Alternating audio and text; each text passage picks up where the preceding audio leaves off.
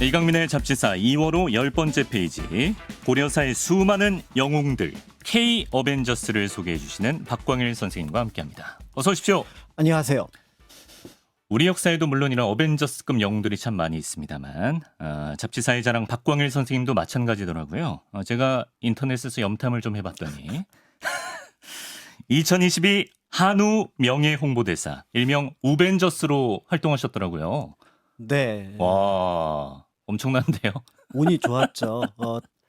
제가 이제 조선시대 소와 관련된 얘기를 네. 방송에 하고 그다음에 이제 그걸 또 이제 글로 실었는데 네. 그걸 보셨던 것 같아요. 어. 역사 속에 이제 한우에 대한 얘기를 누군가가 했으면 좋겠다 네. 하면서 이제 여러 분을 이제 선정을 하셨는데 한우 자조금관리위원회에서. 맞습니다. 예. 그런데 거기에서 이제 저도 운이 좋게 네. 이제 뽑혀가지고 우벤져스에. 네, 집에 예. 가면은 이제 거의 황금처럼 보이는 청동으로 된 한우 상을 받아서 집에 잘 이렇게 모셔놓고 있습니다. 2023년에도 우벤져스 소속이신가요? 네, 1년 더 연장이 됐다고 축하드립니다. 연락이 왔습니다. 여기 보니까 뭐 위촉식 인터뷰에서 한우는 역사다, 또 이런 또 거창한 말씀을 하셨던데, 저희도 언제 한번 한우 특집 가능한가요? 네, 가능할 것 같습니다. 특히 한우가 우리 민족하고는 뗄래야 뗄 수 없는 네. 여러 가지를 어떤 사건을 겪기도 했었고요. 네네. 또 한편으로 그 한우를 살리기 위해서 노력했던 조선시대 사람들 모습들 보면은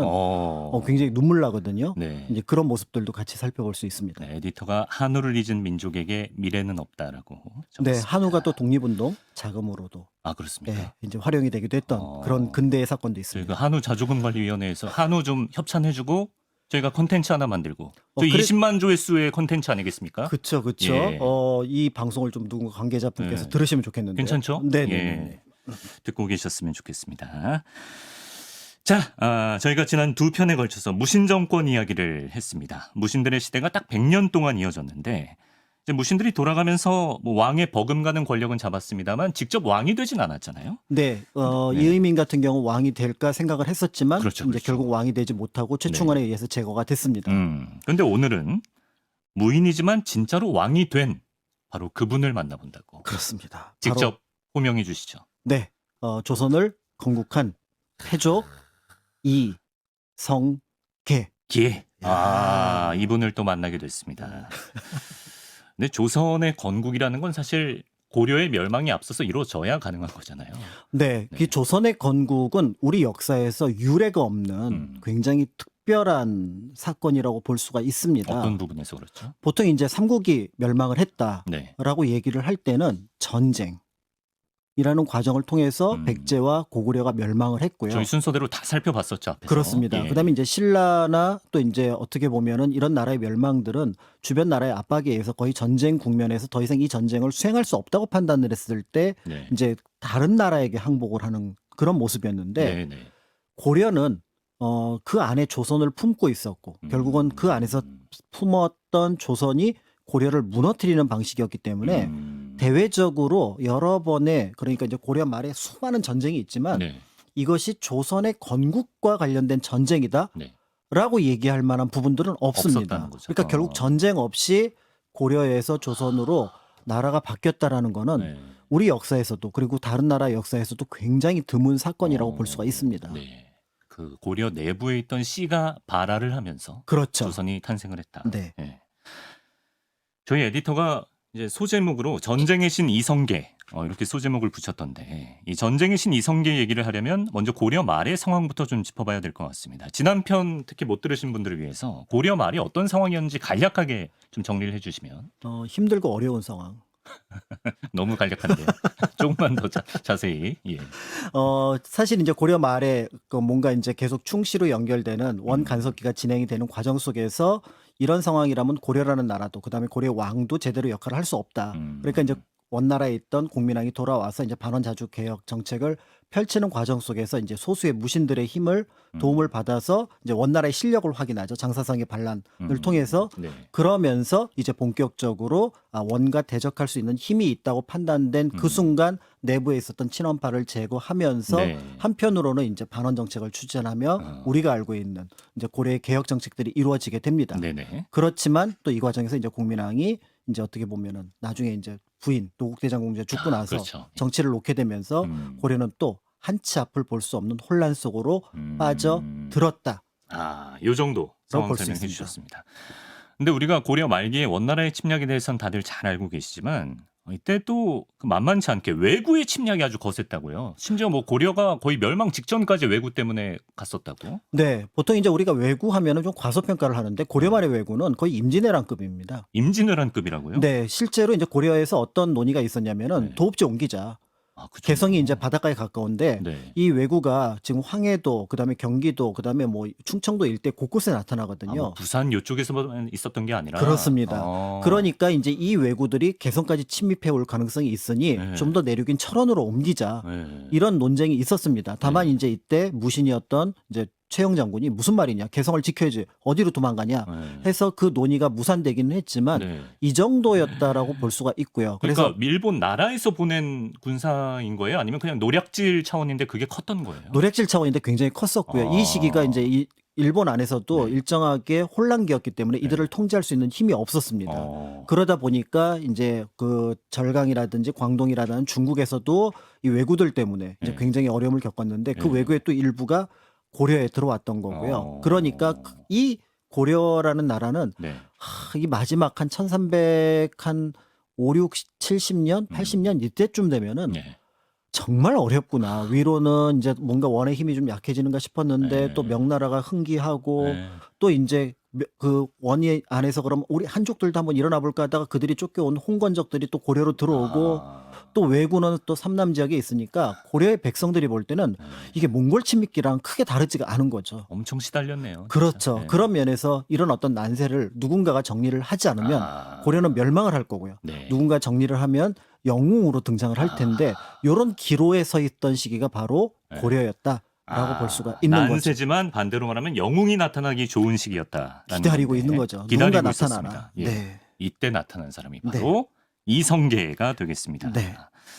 근데 이제 변방의 장수로 시작한 이성계 이야기를 하려면 그 아버지인 이자춘 이야기를 해봐야 된다고. 네, 이성계는 먼저 그 집안, 그 다음에 이제 그 가문의 어떤 배경, 더 나아가서 지역적인 기반, 네. 이런 것들을 같이 살펴봐야지 우리가 고려 안에서 어떻게 성장을 했고 독자적인 권력을 네. 가졌는지 볼 수가 있거든요. 네.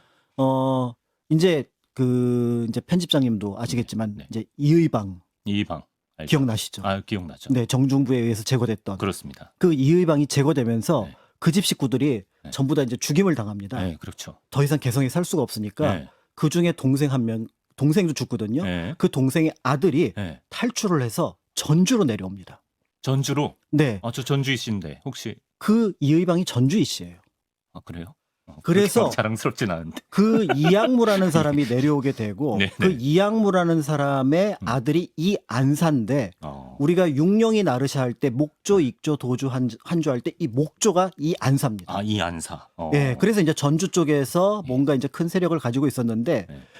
기생 문제로 그 지역의 관리하고 다툼이 벌어져서 네. 더 이상 전주에 살 수 없으니까 외가가 있는 네. 삼척으로 옮겨가게 돼요. 그런데 그런데 삼척으로 갔는데 그 관리가 또 삼척으로 부임을 합니다. 예.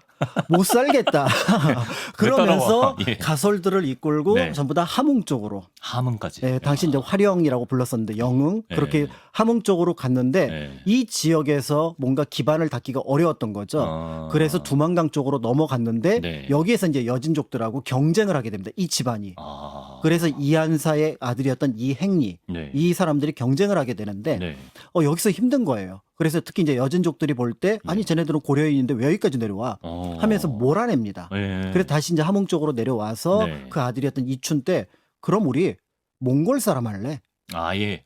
이 지역이 몽골의 지배 영역인데 예. 니네 여진족하고 고려 등살에 살 수가 없으니까 몽골로 귀부할래? 하면서 그 지역 전체를 들고 몽골에 귀부를 합니다. 머리 깎고. 머리 깎고 예. 몽골 이름 얻고 예. 그리고 나서 그 아들이 이자춘이에요. 그러니까 이자춘도 우리가 알고 있는 우리나라식 이름이 있지만 네, 네. 울루스 부카라고 하는 몽골 이름도 있습니다. 울스부카. 그러니까 이제 이 지역에서 몽골의 관리를 하면서 또 이 지역의 독자적인 어떤 세력을 유지하고 있었던 거죠. 네, 네. 그런데 이 상황에서 네. 앞에 말씀드렸던 공민왕이 네. 등장을 하면서 반원자주 그렇죠. 개혁 예. 이런 것들을 펼치고 있던 상황이었고 네. 그다음에 무엇보다도 지금의 이제 한반도 동북 지역부터 그 연해주, 만주 요 일대가 네. 몽골이 볼 때 굉장히 불안한 거예요. 여기가 왜 불안하냐면 몽골족 따로 있고 고려 사람들, 여진족들이 네. 각각 독자적인 세력을 갖고 있으니까 이거 직할하겠다. 네네. 우리가 알고 있는 쌍성 총관부 일대거든요. 예. 이 일대를 직할하겠다라고 얘기를 했더니 네. 그럼 자기 권력이 약해지잖아요. 네. 이때 이제 그 이자춘이 이자춘이 승부수를 겁니다. 무슨 어떤 국민왕한테 전화를 하죠. 네. 잠깐 만나도 되겠느냐. 왕을 뵙고 싶다. 네, 네. 개성에서 잠깐 뵙고 싶다. 네. 누구냐 그랬더니 나 쌍성총관부 관리하고 있는 네. 이자춘이다. 네네. 이렇게 얘기를 하고 방금 연기하신 의도된 연기인 거죠? 네, 울루스 예. 북한 예, 예. 이렇게 해서 만납니다. 네. 그래서 쌍성총관부를 들고 귀부를 할 텐데 제게 일정한 지위를 유지해 달라. 머리 깎은 상태로. 그렇죠. 근데 국민왕으로 볼 때는 네. 지금 동령부 그러니까 서쪽에 네. 그다음에 이제 동쪽에 쌍성총관부를 탈환을 해야 되는 상황인데 네. 이 탈환을 할 때 여기를 관장하고 있었던 관리가 군대를 이끌고 와준다? 귀부한다. 땡큐. 감사하죠. 아. 인정하겠다. 네. 고려의 중신들이 반대하지만 나는 그걸 어떻게든지 무마시켜 보겠다. 라고 하면서 이자춘이 다시 고려로 쌍성 총관부를 쌍성 일대를 들고 네. 귀부를 합니다. 이자춘 이분은 그 상황 돌아가는 정세를 읽는 눈이 탁월했던 것 같아요. 그렇죠. 반원자주 정책 냄새 맡고 바로 들어간 거 아니에요? 그렇죠. 네. 더불어서 사실은 근데 이게 굉장히 위험한 수였던 게 당시 원나라는 아직까지 네. 지배력을 그러니까 나라 대 나라에서는 뭔가 전쟁에서 밀리는 부분들이 있었겠지만 예. 굉장한 지배력을 가지고 있었던 거죠. 그런데도 불구하고 모험이 나는 없다. 이제 고려로 들어가야겠다. 우리는 원래 고려 사람이었다. 네. 이런 생각을 하면서 네. 이제 귀부를 하게 되고요. 예. 그러다 보니까 당연히 그때 네. 이제 약관의 음. 아들이었던 이성계도 같이 개성으로 쫓아서 들어오게 됩니다. 그럼 이성계도 몽골 이름이 있었나요? 없었어요. 없었어요. 네. 그래서 이제 그 이성계는 이제 여기로 들어와서 네. 이제 생활을 하는데 원래 이제 그 공민왕의 계획은 뭐냐면 이자춘이든 이성계든 네. 개성에 잡아둘 생각이었어요.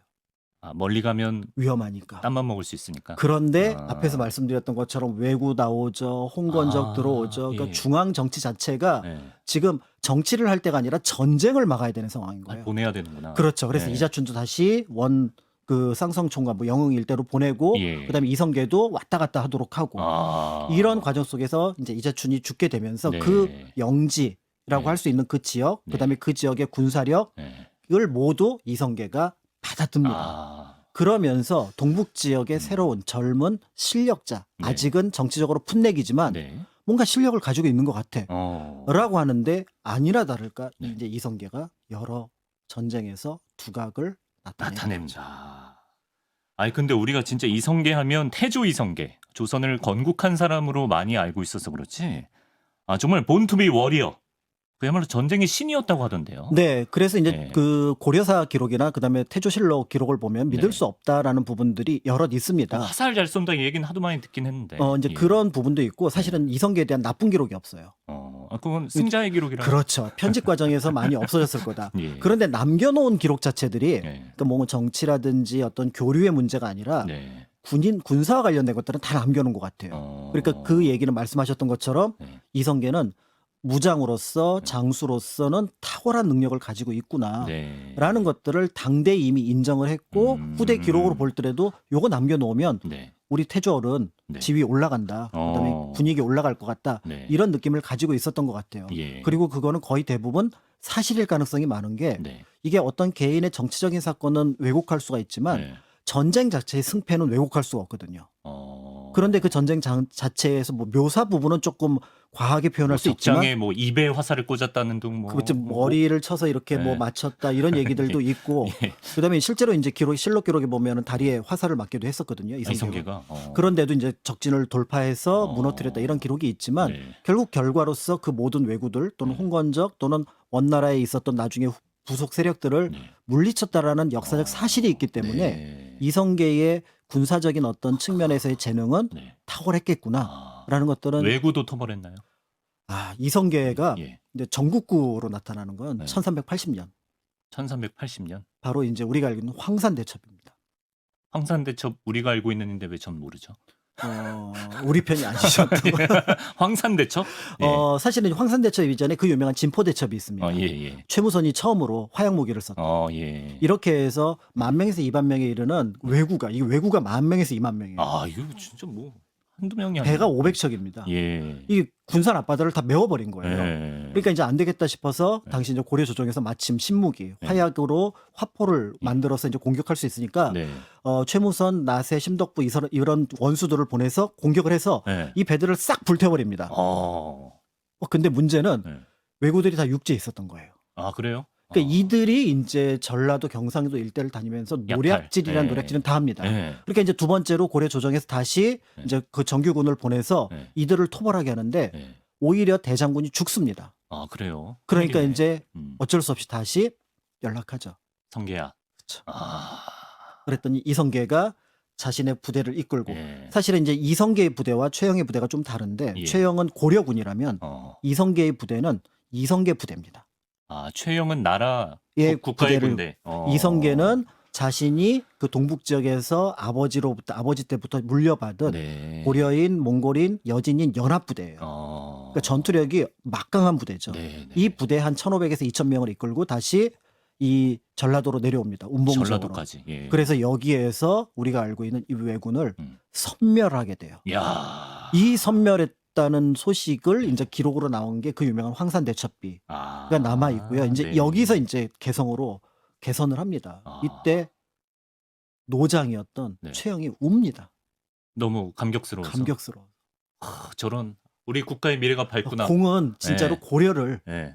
구한 분입니다. 앞으로 고려의 운명은 네. 공에 달려있다. 이때 지지도 엄청 올랐겠는데요. 장난 아니죠. 이야. 이런 상황에서 이성계의 명성이 네. 여러 지역의 전투에서 합친 것보다 이제 이성계, 그럼 외국 야. 격퇴, 장군, 승리 네. 이런 어떤 공식들이 따라 붙었고요. 예. 사실은 이제 이런 가운데 이제 이성계가 또 한편 개성에서 네. 굉장한 스타덤을 네. 오르게 되는 사건이 있었는데 뭐죠? 바로 뭐냐면 격구 사건이에요. 격구? 폴로 같은 경기였는데 폴로 영국 사람들이 말 타고 하는 거. 그렇죠. 그게 원래 이제 페르시아에서 해서 네. 서쪽으로 동쪽으로 나왔는데 우리도 조선 전기까지 격구를 했거든요. 말 타고 뭐 하키 같은 거 한 거예요? 그렇죠. 말 그대로 폴로예요. 네. 훨씬 더 과격합니다. 그래요? 그러니까 조선시대 정종 같은 경우 태조의 아들 같은 경우는 이 격구를 못해서 몸살이 나갔고 네. 신하들한테 나 격구 안 하면 죽을 것 같아. 몸이 근질근질해서. 네.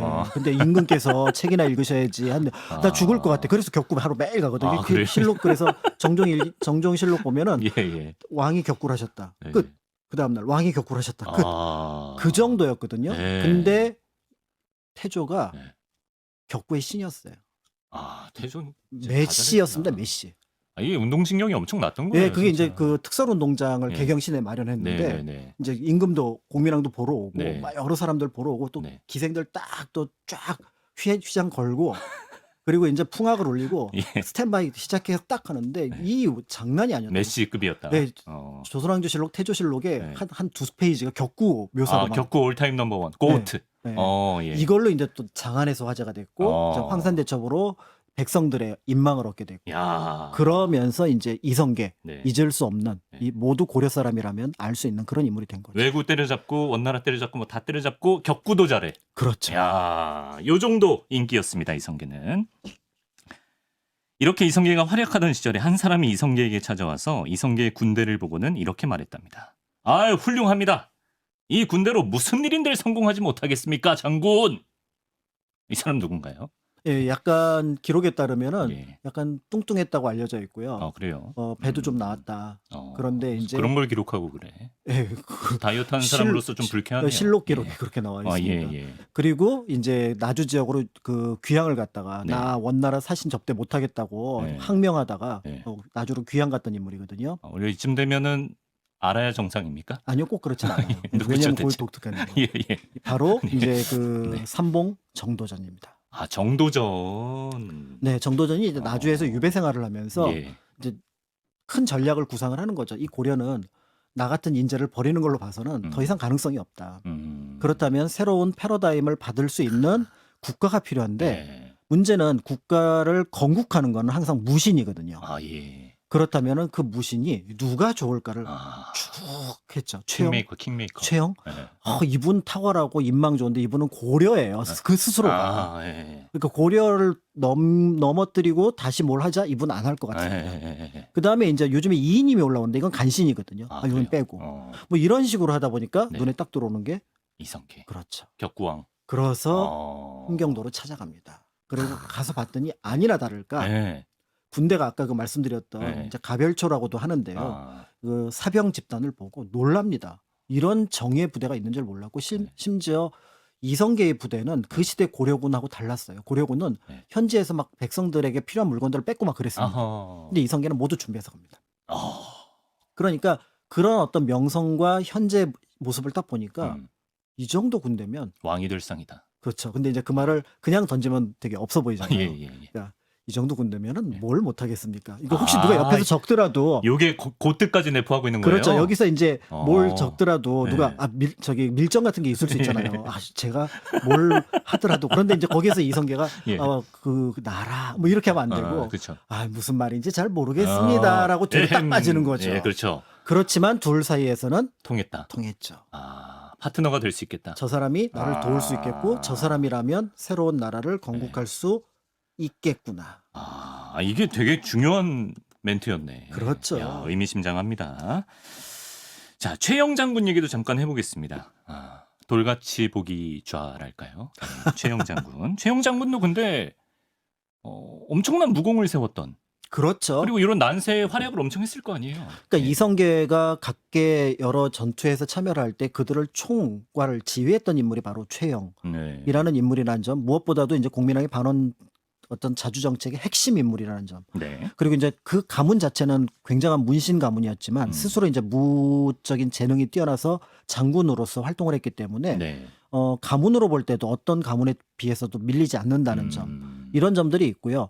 그렇기 때문에 이제 최영이라고 하는 인물을 빼놓고 얘기할 수는 없고 네. 더 나아가서 최영이 있었던 덕분에 사실은 그 뒤를 계속 봐줍니다. 이성계에 대한 독자적인 전투라든지 이런 것들을 옆에서 시기하는 경우가 많았거든요. 예. 그리고 더 나아가서 이성계를 꿰뚫어 보는 인물들도 있었습니다. 네. 이이님 같은 인물이. 야망을. 그렇죠. 그래서 이이님이 예. 나중에 이제 그 자신의 그 친복 세력이었던 그다음에 임견미 그다음에 경복흥 이런 사람들하고 같이 다 잡혀갑니다. 이들이 이른바 권문세족이라 그래서 그러니까 뭔가 자기 권력을 제멋대로 누리던 그런 사람이었는데 네네네. 최영이 볼 때는 쟤네들 없애야 된다라고 해서 결국은 소탕 작전을 벌여서 없애버리거든요. 예. 그런데 이님이 끌려가면서 그런 얘기를 합니다. 네. 장군, 이성계 조심하십시오. 이성계 혼자는 못 죽어. 이성계 예. 나라 세울 사람입니다. 예. 고려 멸망시킬 사람입니다. 요 뜻을 가지고 있는 거죠. 그때 최영의 반응은? 어떻게 이성계를 의심하냐? 신님이 대단했구나. 예. 그때 감격하면서 눈물을 흘렸잖아요. 그렇죠. 예. 어떻게 너는 이성계를 의심? 너 우리 둘 이간하는 거지. 이게 이제 그 앞에 황산대첩이 있고 8년 뒤 예. 그리고 그 해에 위화도 해군이 있는 그 해에 일어난 사건입니다. 그럼 그 위화도 해군 직전까지도 최영 장군은 생각도 못한 거네요. 위화도 해군 보낼 때도 생각 못했다고 봐야죠. 그러니까 이 문장의 전반적인 어떤 내력을 보면은 네. 최영은 당대의 최고의 장군이면서 고려를 상징하는 존재이기도 했지만 한편으로는 이성계의 든든한 후원자였다. 야. 그러면 일단 위화도 해군 얘기부터 좀 해보죠. 예. 일단 그 혼란 그 자체인 고려에서 이렇게 이성계가 새로운 태양으로 떠오르고 있었습니다. 근데 그때 명나라에서 통보가 도착해요. 어떤 통보인가요? 우리는 네. 우리는 원나라를 계승한 나라다. 그러니 니네들이 최근에 뭐 동령부, 쌍성총관부 이런 것들을 수복했다는데 그거 우리 땅이니 다시 내놔라. 땅을 달라. 이렇게 얘기를 한 거죠. 그럼 반응이 어땠습니까? 바로 다 던지고 난리가 났죠. 그래요. 아니 우리 그 사실은 이제 그 고려는 원이 건국했다는 명나라가 건국했다는 얘기를 듣자마자 모든 것들을 원 쪽 명나라 쪽으로 바꿉니다. 원에서 복장도 바꾸고 연호도 원 연호 버리고 명나라 연호 쓰고 이렇게 했었거든요. 네. 그러니까 저쪽에서도 이제 우리가 보냈으니까 뭔가 줄 거라고 생각을 한 거죠. 우리가 협조했으니까. 그런데 들어온 거는 뒤통수예요. 그러니까 여태까지 반원 정책을 썼던 상당수의 관료들이 아니 그래도 원나라는 우리 요즘에 그렇게 욕하고 그런 건 없는데 그냥 우리 다시 그럼 친원으로 돌아갑시다. 그런 얘기까지. 이런 세력이 굉장히 많이 나오게 되고요. 네네네.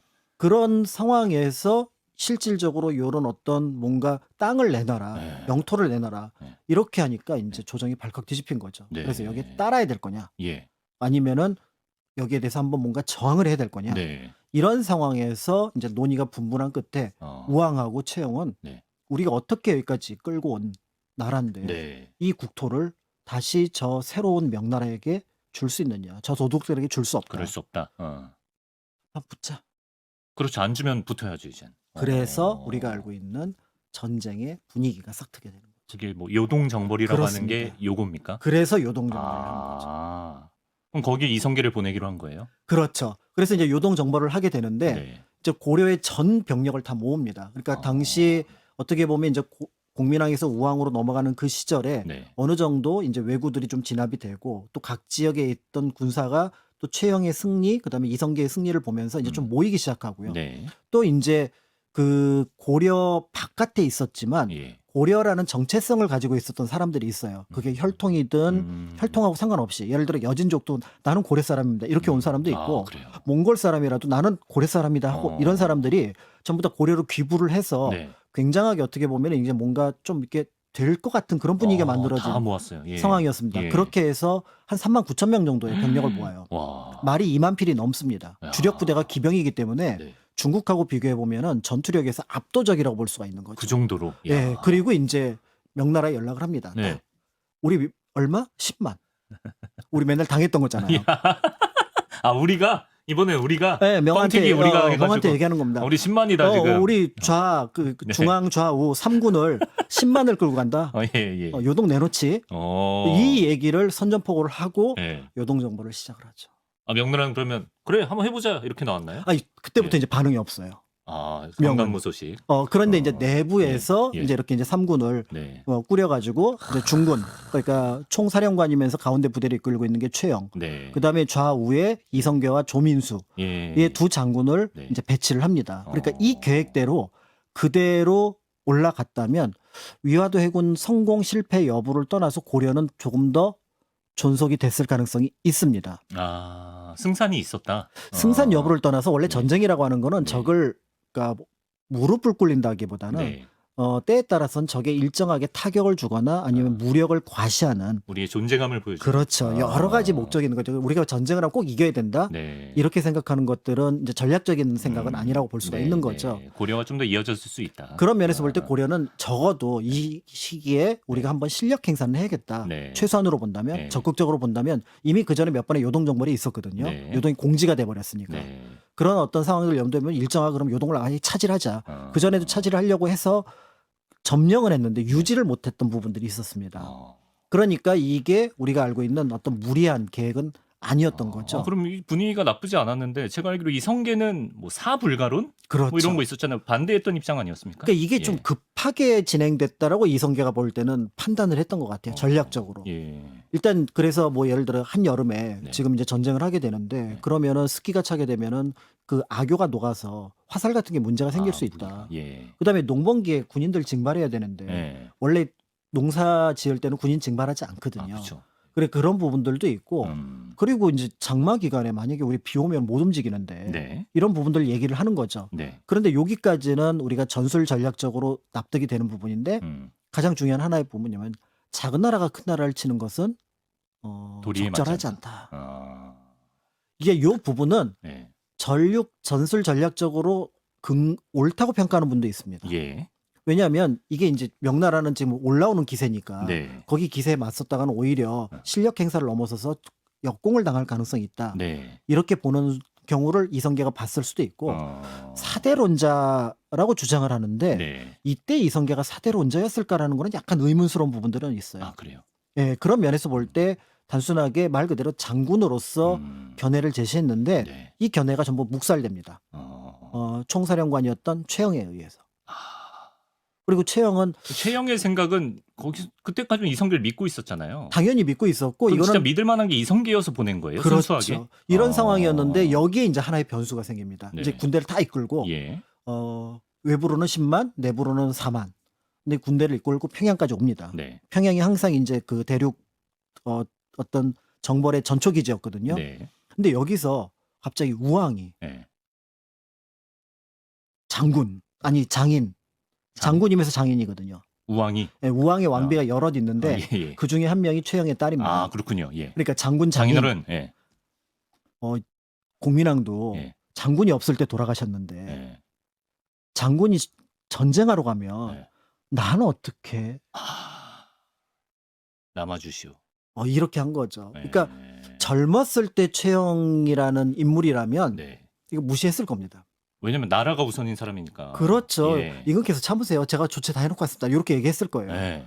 근데 이게 나이가 들어서인지 아니면 우왕이 우리가 상상하는 것 이상으로 예, 매달렸는지. 불안감을 느꼈는지 예. 모르지만 평양에 최영이 남습니다. 아, 요게 결정적인 변수가 되는군요. 그렇죠. 이게 이성계가 상상할 수 없는 부분이잖아요. 예, 그렇죠. 그러니까 결국은 이제 이성계가 총사령관이 돼서 그때 최영이 갔으면 뭐 요동정발 성패 여부에 상관없이 어쨌든 군대 갔다 그냥 오는 최영의 거죠. 결과물인 거예요. 그렇죠. 그런데 여기서 총사령관이 교체가 되는 역사상 납득할 수 없는 일이 벌어지게 됩니다. 그리고 나서 이제 이성계가 이제 쭉 갔는데 아니나 다를까 위화도, 압록강 하구에 있는 네. 여의도와 같은 섬에 네. 도착했는데 그때부터 비가 내리기 시작하는 거죠. 저희 지도를 유튜브에 띄워드렸거든요. 그럼 이제 압록강 쪽에 위화도가 진짜 여의도처럼 딱 있네요. 그렇죠. 저기 네. 이제 안둥, 단둥이라고 하는 곳을 바로 넘으면 우리가 알고 있는 이제 요동 정벌의 시작이 이루어지게 되는 건데 사실은 고려군은 저기 건너편을 여러 번 갔다 왔었어요. 예. 영토화 시키는 데는 예. 뭐 조금 어려웠던 점이 있었지만 그러니까 저기가 뭐 지역적으로 어려운 건 아닌데 이제 네. 계속 비가 오는 거예요. 예. 그러니까 이제 개성으로 평양으로 연락을 합니다. 이거 안 될 것 같다. 안 될 것 같은데 예. 돌려야 될 것 같아. 다음 넥스트 유턴. 이렇게 하자 그랬더니 다시 고. 그래서 다시 또 연락을 해요. 네. 다시 전화비도 비싼데 그러면서 다시 연락을 하는데 다시 네. 고. 최영이 고 하는 거죠. 그렇죠. 예. 그러니까 몇 번 연락을 했는데 네. 평양 쪽에서는 계속 전진을 하라. 네. 그러니까 이성계가 현장에서 판단할 때 이 네. 전쟁은 더 이상 무리다. 어렵겠다. 그러니까 여기서 끝났으면은 네. 어떡하지? 그럼 그냥 치는 신용이라도 하고 돌아왔을 가능성이 있는데 근데 여기서 이성계는 이미 네. 정도전을 아까 그 한마디 무슨 일인들 못하겠습니까, 장군? 만난 상황이었죠. 그러고 아마 정도전에게 네. 아마 귀가 따갑도록 뭔 얘기를 들었을 거예요. 예. 그쵸, 우리가 몰라서 그렇지. 예, 예. 그 얘기를 듣는 가운데 그렇다면 적어도 고려는 네. 이제 저 나이든 장군에게 맡길 것이 아니라 새로 떠오르는 나나 이 네. 옆에 조민수 예. 같은 장군이 맡아야 되지 않겠느냐. 하지만 이왕이면 나. 뭐 이제 그런 생각들을 했겠죠. 예. 그러면서 네. 회군을 합니다. 그러니까 여기서 이제. 그러니까 이게 여기서 고려 멸망까지 보지는 않았던 것 같아요. 그래요. 네, 그랬을 가능성이 있습니다. 가능성은 염두에 뒀지만 그것 자체가 목표가 되기는 시간적으로 한 4년 정도 1388년, 1392년 네. 해서 그 간격이 있거든요. 네. 그런 면에서 볼 때 일단은 이 부분은 어떻게 보면은 이제 최영을 대체하겠다. 다만 역적이 되는 거잖아요. 그렇죠. 예. 그럼 역적이 되는 거니까 그 역적이 되는 걸 피하기 위해서는 네. 저쪽 세력을 일망타진해야 됩니다. 일망타진해야 된다. 그래서 예. 우왕과 최영 세력을 네. 무너뜨리는 작업을 일단은 이거는 어쩔 수 없이 해야 돼요. 그 생각을 위화도에서 하겠다. 말머리를 돌리면서 이성계가 하게 되는데요. 우리가 시간이 많이 지나서 요 이후로는 다음 시간에 이 진짜 중요한 얘기가 여기 원래 더 가려고 했는데 얘기 듣다 보니까 시간이 많이 지났어요. 예. 제가 이 잡지사 하면서 점점 말이 많아지고 있어요. 다른 데서는 네. 한 5분 10분 이렇게 짧게 네. 하는 얘기를 네네. 여기서는 편하게 얘기를 하다 그거 보니까 뭐 좋은 의미로 받아들여도 되겠습니까? 그런 것 같아요. 그런 의미에서 네. 아쉽네요. 지금 진짜 아쉬워하고 네. 뭐 입맛을 다시면서 계속 예. 그러게. 한 주만 참으세요. 예. 어떻게 일망타진하는지 다음 주에 네네. 원래 드라마도 중요한 순간에 끊는 거 아니겠습니까? 그렇죠. 이제 이 예. 최영과 이성계의 운명 네. 어떻게 될 것인가. 다음화 그러면서 예. 쫙 뜨면서 두 분 얼굴 딱 그렇죠. 올라오는. 예. 그리고 광고 배너 네. 한우 자조금관리위원회. 네네네네. 잡지사. 뭐 그렇죠. 네. 예. 에디터가 편집이 너무 힘들다고 양해를 구하면서 여기서 오늘은 마치도록 하겠습니다. 다음 주 이성계가 어떤 행보를 보이고 어떤 식으로 또 새 왕조가 탄생하는지 기대해 주시고요. 박광일 선생님 보내드리겠습니다. 고맙습니다. 감사합니다.